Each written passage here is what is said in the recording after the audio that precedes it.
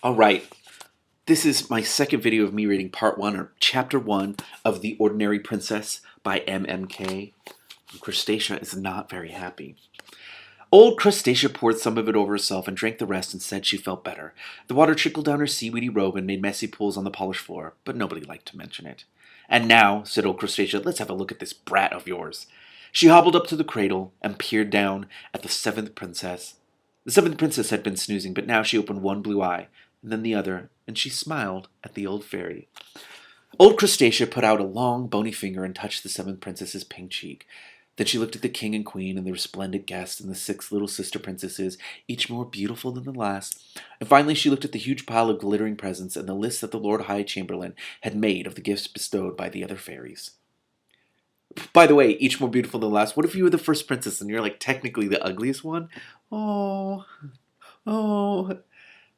Said the fairy Crustacea. Wit, charm, courage, health, wisdom, grace. Good gracious, poor child. Well, thank goodness my magic is stronger than anyone else's. She raised her twisty coral stick and waved it 3 times over the cradle of the seventh princess. My child, said the fairy Crustacea, I am going to give you something that will probably bring you more happiness than all these fal-lals and fripperies put together. You shall be ordinary. Capitalized. Capitalized ordinary.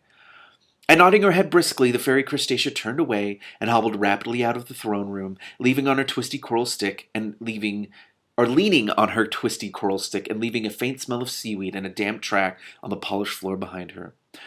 For quite a minute after she had gone, there was a stunned silence in the red and gold throne room of the palace. It was broken by the king. I told you so, said the king triumphantly. Maybe you shouldn't be so triumphant about that.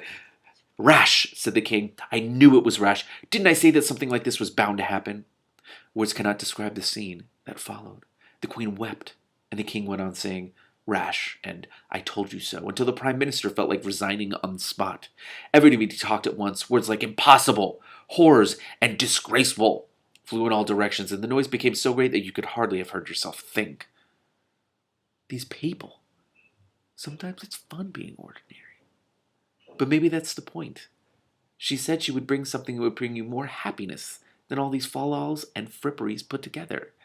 I'm excited to see why.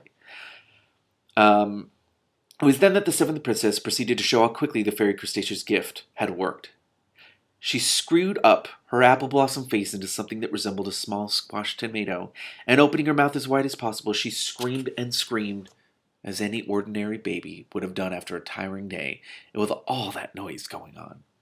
Everybody stopped talking at once and rushed forward to the cradle, but the seventh princess just kept right on screaming. She didn't like all these strangers. She was tired and bored and hungry, and she didn't care who knew it. Good for you. I don't even know.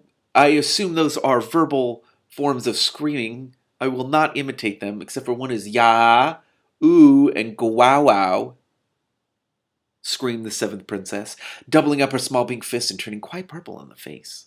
The queen fainted away and had to be revived with smelling salts. The king said, I told you it was rash, for the 17th time, and told the prime minister, and the prime minister resigned on the spot, while the Lord High Chamberlain sent half a dozen gentlemen in waiting, hurrying after the fairy Crustacea to beg her please to come back and change her mind. But alas, by the time the panting messengers reached the gates, the fairy Crustacea had gone. So that was that. The christening party broke up in confusion, and the guests said goodbye, and how sorry they were. Perhaps it wouldn't turn out to be so bad after all. One must look on the bright side, mustn't one? And all the other gifts were very beautiful and were gratifying. So perhaps...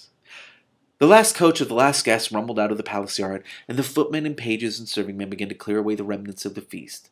They took the leftover cakes and pastries and the broken bits of marzipan trees, sugar candy castles, and ships and dragons home to their friends and relations, while the queen took to her bed in a state of nervous prostration, and the prime minister took to his with a headache. But as for her serene and royal highness, the Princess Amethyst Alexandra Augusta Araminta Adelaide Aurelia Anne of Phantasmarania, she was taken back to her royal nursery, still screaming as determinedly as ever. Look at this. This is one of the original illustrations. Isn't that cool? That's awesome. And now I'm on to part 2, which I'll make separate videos so it's easy to follow along with this, so I shall read more.